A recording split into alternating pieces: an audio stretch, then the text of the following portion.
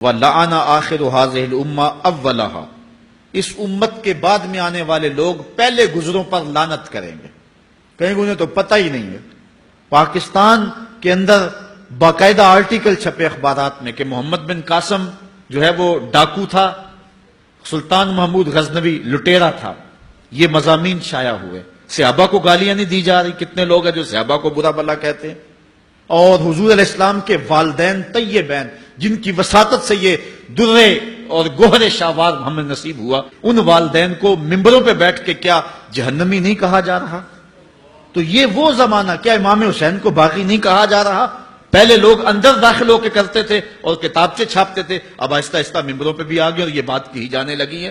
اس پر باقاعدہ اجتماعات منعقد ہوتے ہیں، اس پہ کہا جاتا ہے۔ ایک ٹی وی چینل کے اوپر یزید کو جو ہے وہ رحمت اللہ تعالی علیہ کہا گیا، کیا کچھ نہیں ہوا، یہ سب کچھ آپ کے سامنے ہے، یہ حضور نے بیان فرمایا، یہ ہونا تھا۔ آقا کریم علیہ السلام نے ارشاد فرمایا وہ وقت آئے گا کہ جو آخر والے ہوں گے وہ سمجھیں گے کہ ہم ہی جو ہے وہ دیندار ہیں، ہمیں دین کا ٹھیکہ ہے، اور پچھلوں پر لعنت بھیجیں گے کہ انہیں کیا پتا تھا دین کا۔ آج پچھلوں کے عقائد پر حملے ہو رہے ہیں اور انہیں مشرک کہا جا رہا ہے۔ میں نے ایک دن کہا تھا، یہ بڑے زور سے کہا جاتا ہے جو یا رسول اللہ کہے وہ مشرک ہو جاتا ہے۔ میں نے کہا دیکھو اس فتوے کا اثر کہاں تک جاتا ہے۔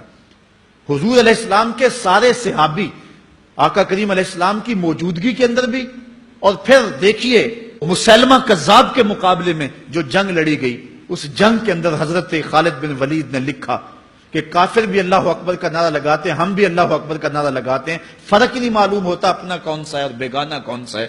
تو حضرت صدیق اکبر نے لکھا کہ جب وہ اللہ اکبر کا نعرہ لگائیں تم اس کے جواب کے اندر یا محمد آہو کا نعرہ لگاؤ۔ وَقَانَ شِعَارُ الْمُسْلِمِينَ يَوْمَئِذٍ یا محمد آہو، اس دن مسلمانوں کا شعار ہی یہ تھا، جو یا محمد یا رسول اللہ کہتا تھا وہی مومن مانا جاتا تھا، باقی کو تہہ تیگ کر دیا جاتا تھا۔ تو اگر یا رسول اللہ کہنا شرک ہے تو پھر سارے صحابی، وہ 10,000 صحابہ جو جنگ یمامہ میں شامل تھے، ان کے بارے میں پھر کیا کہو گے؟ پھر حضرت زین العابدین کے بارے میں کیا کہو گے جو کربلا کے میدان میں مدینے کی طرف منہ کر کے کہہ رہے ہیں یا رحمت للعالمین ادرک لزین العابدین؟ پھر حضرت زینب کے بارے میں کیا کہو گے؟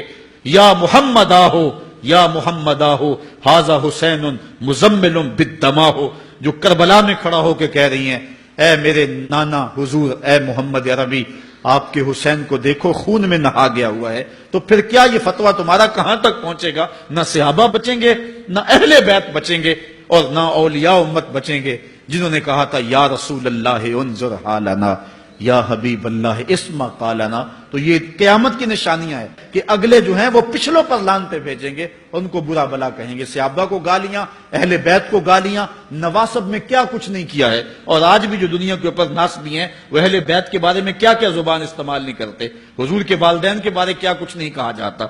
تو یہ سب کچھ ہونے والا ہے جو حضور علیہ السلام نے بیان کیا، کچھ ہو رہا ہے اور کچھ تم دیکھو گے اپنی آنکھوں کے سامنے۔